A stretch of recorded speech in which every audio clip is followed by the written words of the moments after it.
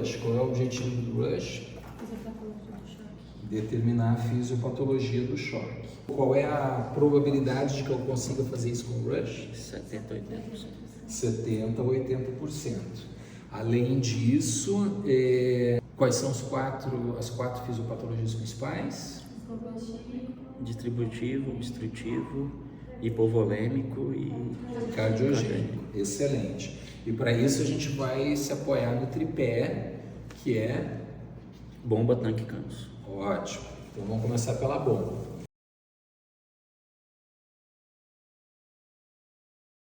Para a gente avaliar a bomba, a gente vai fazer um ecocárdio focado, na verdade, né? Então, no quarto espaço intercostal esquerdo, junto do externo, eu vou buscar esse corte aqui. É o parasternal eixo longo, tá? Nele eu tenho que enxergar as seguintes estruturas. Eu vou até frisar aqui para apontar. Então eu tenho que enxergar a válvula mitral. Se eu estou enxergando a válvula mitral, eu obviamente estou enxergando o átrio esquerdo e ventrículo esquerdo.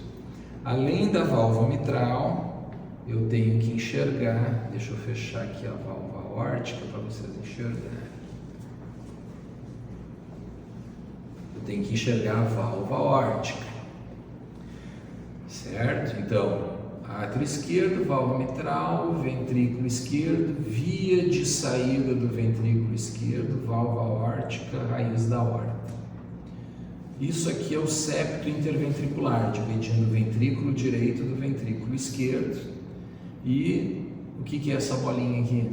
É a aorta, né? De novo, aqui começa a aorta ascendente, aqui a aorta descendente, passando por trás do coração. Tá certo? O que mais que eu tenho que enxergar nessa imagem que eu vou ter que avaliar? Então, eu vou determinar a contratilidade do ventrículo nessa imagem, vendo a abertura dos folhetos da válvula mitral. Quando eles alcançam as paredes do ventrículo esquerdo, isso quer dizer que a fração de ejeção está normal, ela é maior que 50%. Tá? Além disso, eu vou comparar o diâmetro, né, do ventrículo direito em relação ao ventrículo esquerdo. Qual é o normal? 0,6 para 1. Tá? Então, o ventrículo direito deve ter aproximadamente cerca de 60% do ventrículo esquerdo, né? E vice-versa. Então, eu tenho que ver essas palminhas batendo aqui, são os folhetos da válvula mitral. Vejam que eles encostam nas paredes do ventrículo esquerdo. Isso é sinal de que a gente tem uma boa fração de ejeção. Tá? Existe um cálculo específico chamado, o mais simples, é o Teichholz, né? Que é um cálculo que a gente faz medidas tanto diastólicas quanto sistólicas do ventrículo esquerdo e das paredes do ventrículo, e a gente vai chegar também ao cálculo de fração de ejeção. Mas como a gente está numa situação mais qualitativa, que a gente precisa um pouco mais de velocidade, a gente vai ser mais direto, tá? Vamos focar nas medidas quali, tá? Bom, depois disso, eu tenho que achar o eixo curto. Para fazer o eixo curto, eu vou girar o transdutor 90 graus e vou identificar, eu tenho que achar esse corte aqui, ó. Mas para achar esse corte, eu vou passar por esses cortes, provavelmente. Esse corte é um corte que está aparecendo a aorta, a válvula aórtica, né, os 3 folhetos. Eu estou vendo ventrículo esquerdo, estou vendo ventrículo direito, válvula tricúspide, ventrículo direito e a raiz do tronco da pulmonar. Deixa eu ver se consigo pegar um momento que ela esteja fechada. Quando a válvula pulmonar está fechada, é diástole ou sístole? Diástole. Diástole. Aqui é a válvula pulmonar. E aqui é a válvula tricúspide. Bom, eu tenho que ir da base do coração.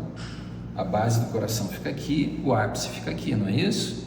Então eu tenho que sair da base e ir em direção ao ápice.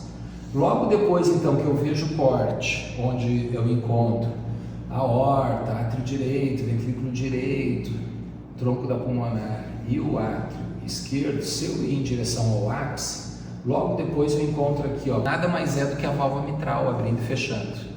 Mas é aqui que eu quero? Não, né? Eu quero ver bem o ventrículo esquerdo. Qual nível? Nível dos... Começa com mus e termina com culos papilares. Músculos papilares. Ah, isso, músculos papilares. Então é mais em direção ao ápice pulmonar, ao ápex cardíaco. Olha aqui quem é que apareceu, né?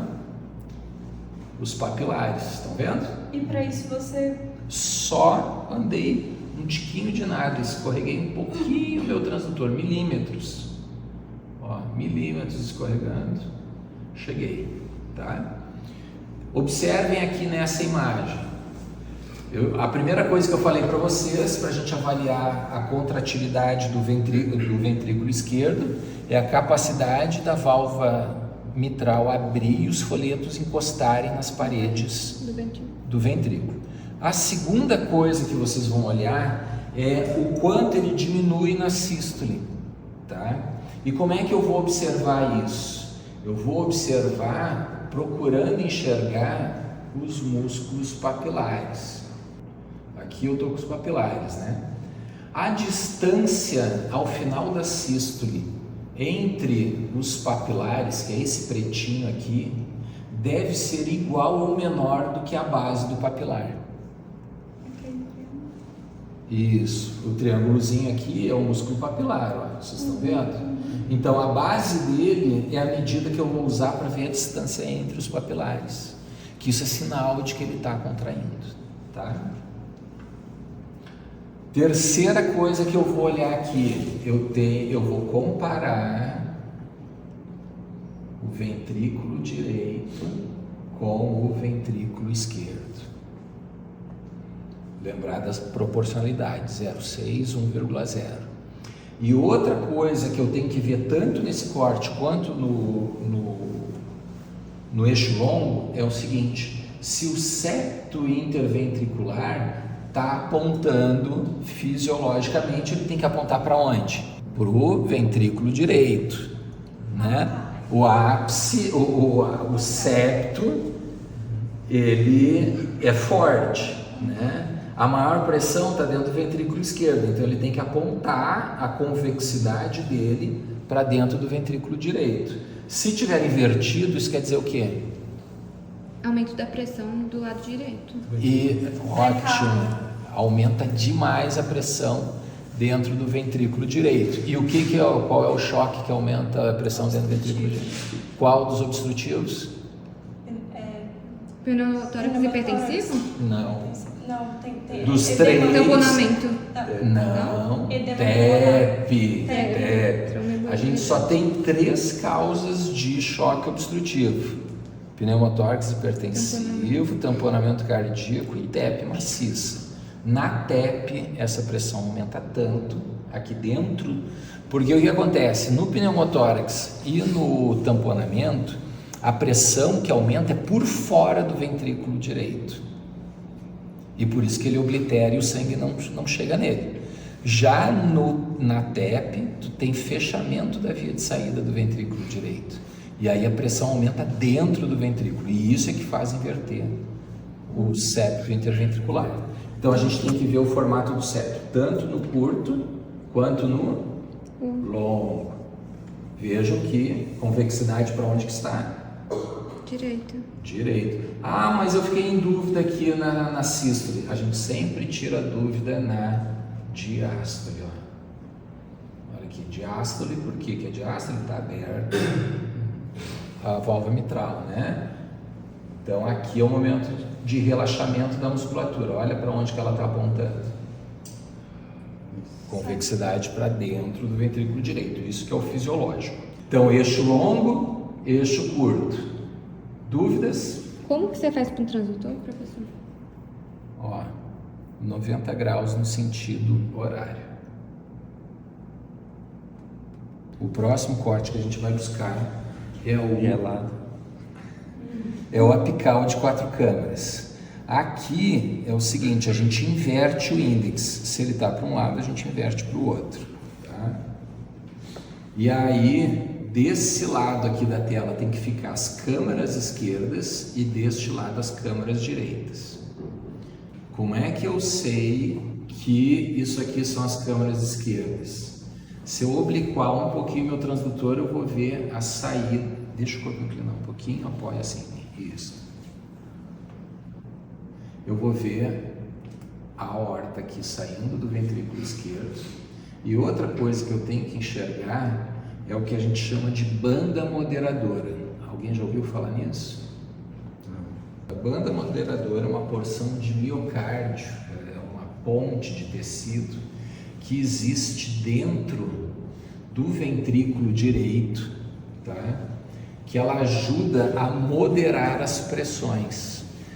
Aqui, qual é o meu objetivo? O meu objetivo é ver, né, nesse corte o que? De novo, vou observar a orientação do septo interventricular, vou observar a proporcionalidade entre as câmaras, tá? Os átrios devem ter aproximadamente o mesmo tamanho.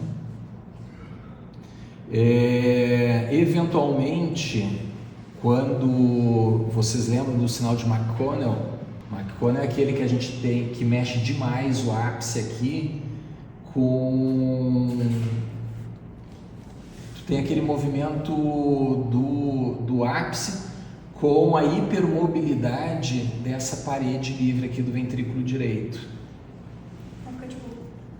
Isso, só a ponta, ela fica desmunhecando a ponta do coração, lembram do sinal? Beleza, depois desse corte, aí a gente vai fazer 2 cortes a mais aqui que nos interessam com este transdutor. O primeiro é um que vocês estão parecidos comigo, né? Carecas já de saberem, né? Que é procurar justamente o bonecão do posto, né? Como é que é o nome técnico? Isso. E vai se caracterizar então pela lâmina líquida, né? Espessa, sob o pericárdio, né? Entre o pericárdio e o miocárdio, que vai ficar comprimindo o ventrículo direito. Vocês vejam que aqui em todos os ciclos cardíacos, o ventrículo direito dele se relaxa, né, na diástole, né? Se fosse um tamponamento, o que aconteceria?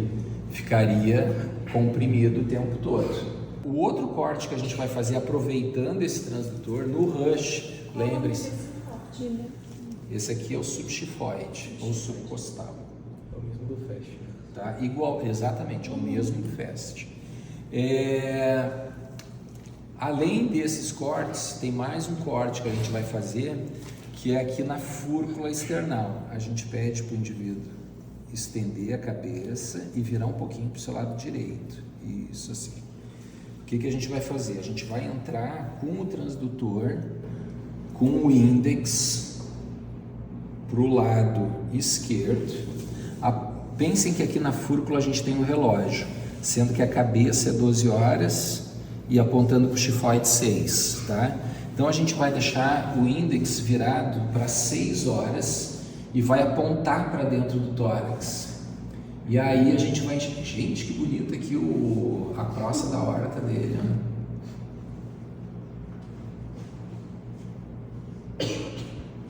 Olha aqui, ó, aorta ascendente, tronco bracocefálico. Daqui do tronco bracocefálico vai sair quem? Subclave? Subclave direita. E Carótida como direita. Excelente.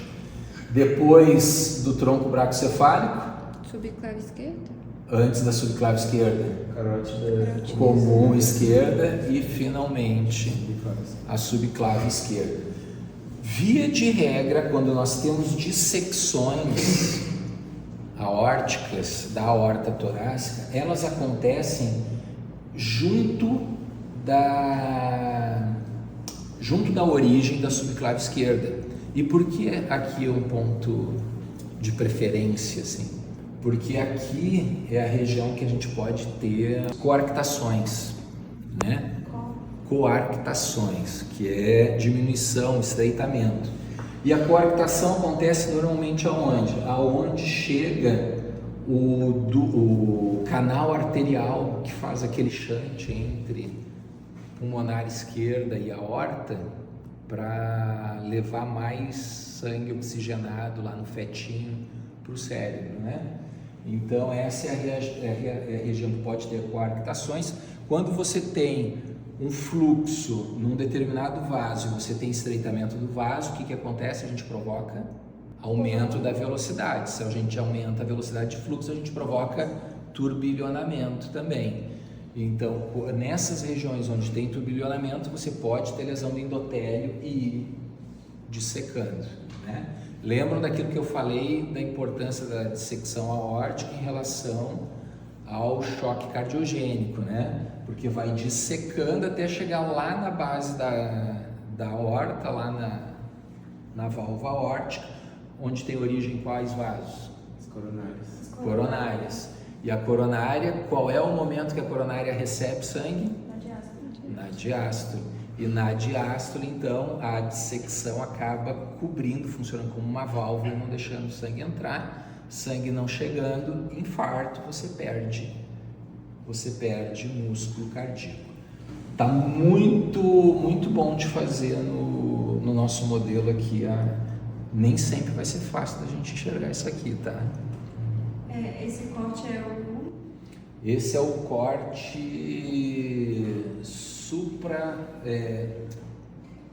Escapular? Não. Fúrcula. Isso, é o corte da fúrcula, tá? E com isso a gente conclui o uso deste transdutor aqui, do transdutor setorial, tá? A gente viu então, o que a gente acabou de ver? A bomba. A bomba. Então já avaliamos a bomba e avaliamos parte do quê? Do encanamento. Do encanamento, né? Já avaliamos parte do encanamento, que é a aorta torácica.